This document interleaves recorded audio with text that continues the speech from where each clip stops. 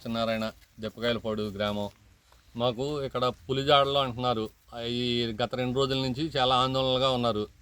ఈ దెప్పకాయలపాడు తూర్పు పక్కన ఉన్న పొలాల్లో, పోతోటల్లో కూలీలు కూడా మేము పని చేయమని వెళ్ళిపోయారు ఈరోజు. ఆ జాడల మట్టుకి ఖచ్చితంగా తడిలో బాగా కనిపిస్తున్నాయి.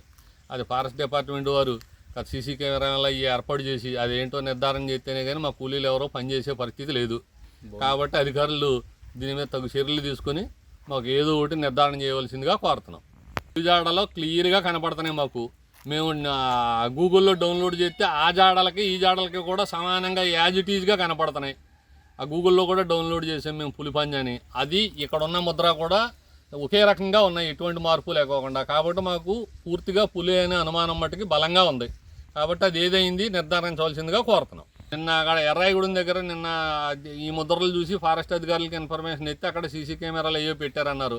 అవి అక్కడ ట్రేస్ అయిందో లేదో మాకైతే పూర్తిగా తెలియదు. ఒకళ్ళు ట్రేస్ అయింది అంటున్నారు, ఒకళ్ళు అవ్వలేదు అంటున్నారు.